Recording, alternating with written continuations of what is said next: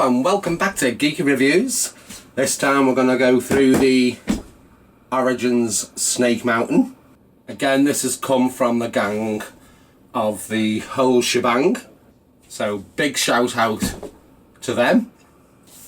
So this is really bringing back so many memories. It's like being a kid at Christmas again. Let's first go through the box art on this bad boy. So from the top corner there we've got the Snake Mountain, the evil stronghold of Skeletor. There he is. Beastman, you boob, where are you? Nice big shot there of the whole box art. Absolutely amazing. Flipping it round to the back there. So you've got all the figures with all the names underneath them. I'll just give this a little while there so you can just bask in the ambience. You've got the little cross cells in the top there. And as we all know, down the side, we've got the now Necroconda, the Talon Fighter with Teela. So the new vehicle from the cartoon Filmation, and all the little snippets on the top of the box of what Snake Mountain comes with. So open up for easy play. Strike and snake to terrify all intruders. So the coil bridge to scale the mountain. Trapjaw trapdoor to capture enemies. The acid pit, sink your foes. Secret tunnel, sneak inside. Stronghold dungeon, binds and hold prisoners. And the bone throne rules Snake Mountain. So I think it's time we should crack this open. So should we do a little like kind of speed run and let's get straight to it. Here we go.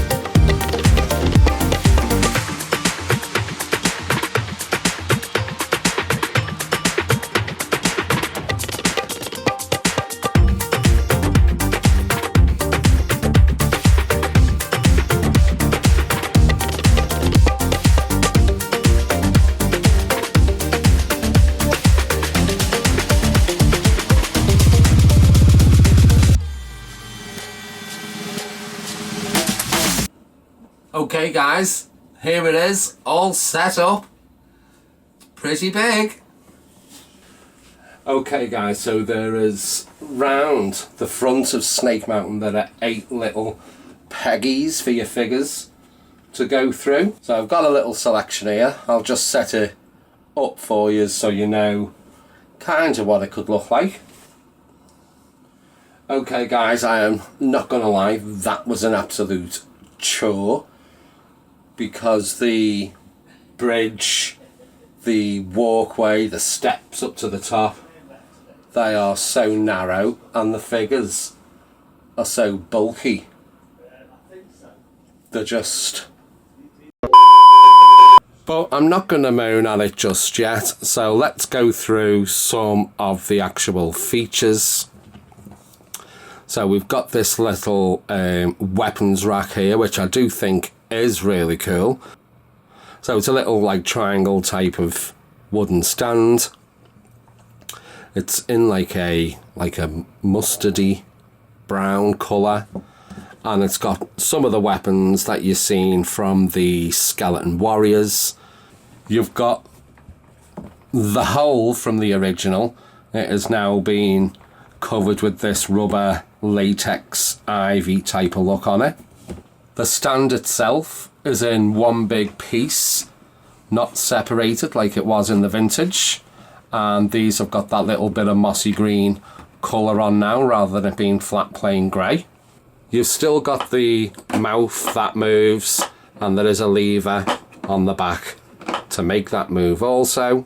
The chains to tie up your prisoner are now more of a rubbery rather than the plastic that's going to easily snap over time.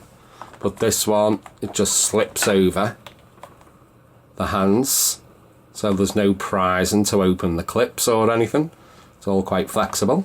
You've got quite a few like little scary faces popping out, as well as all the vines there. There's another face, that impression you can see. There's another one down there, like claws type of vines.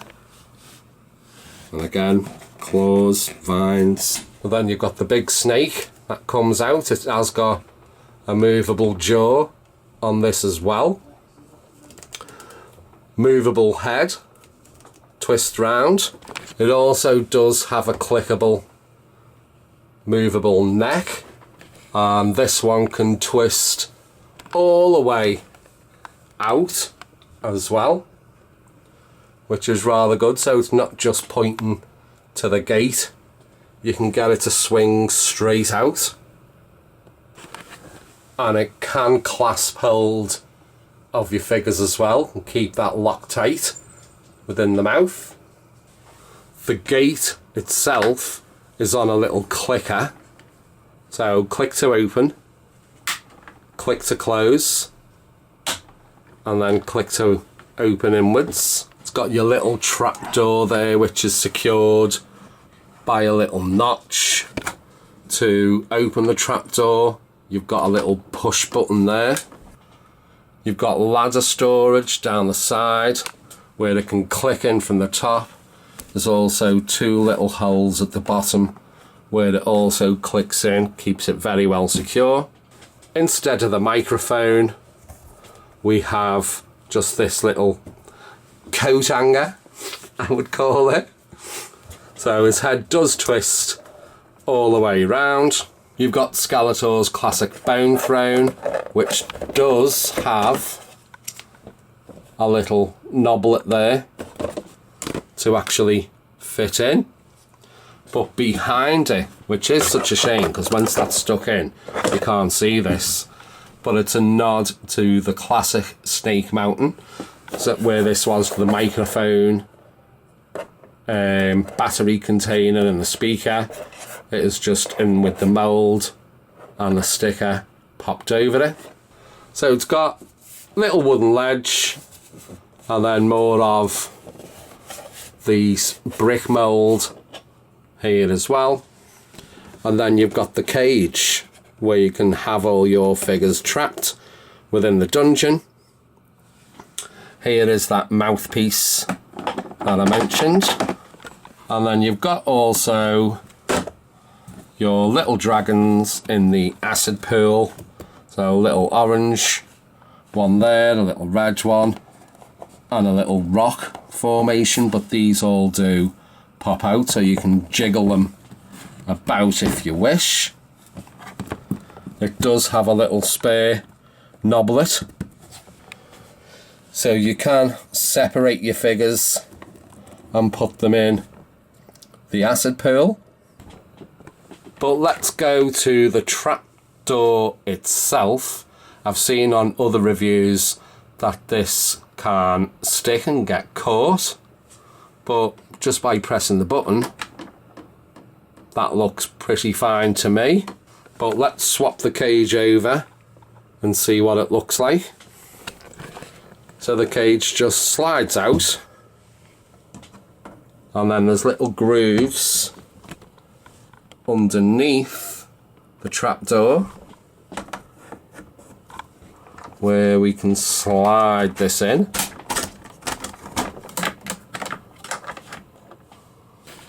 Let's put Mr. Bulb on the top of the trapdoor. Let's bring it out a touch before I press the button. And boop! Before you pull this cage out, you would actually need to lift the trapdoor up, because you don't want it getting caught.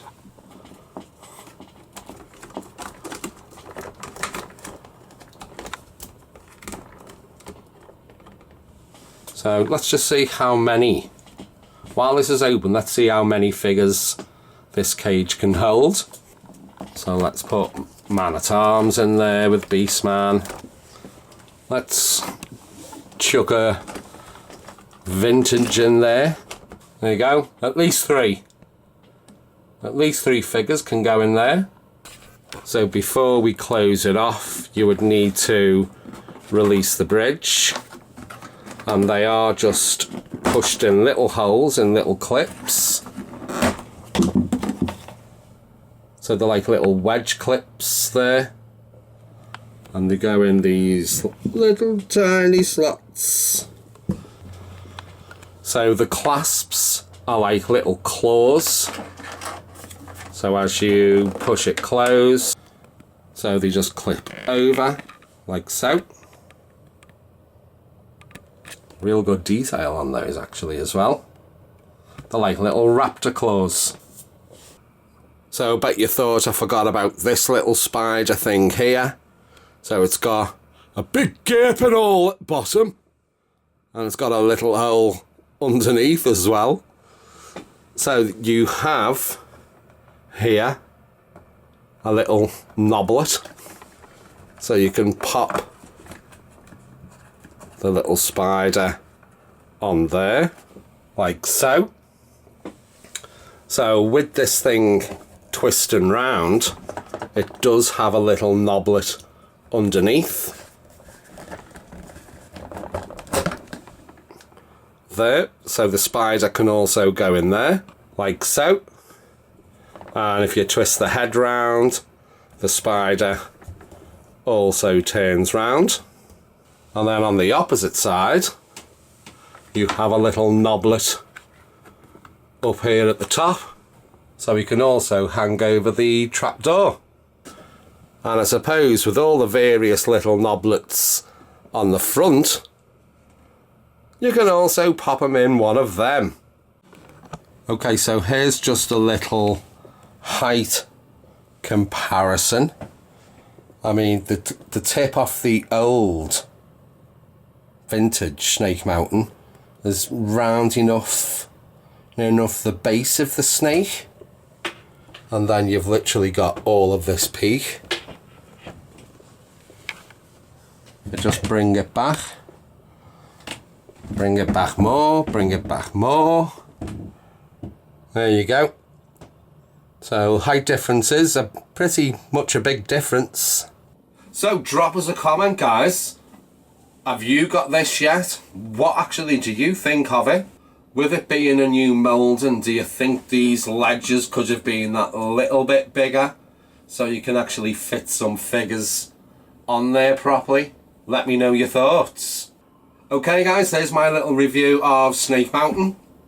Thanks again guys for checking in.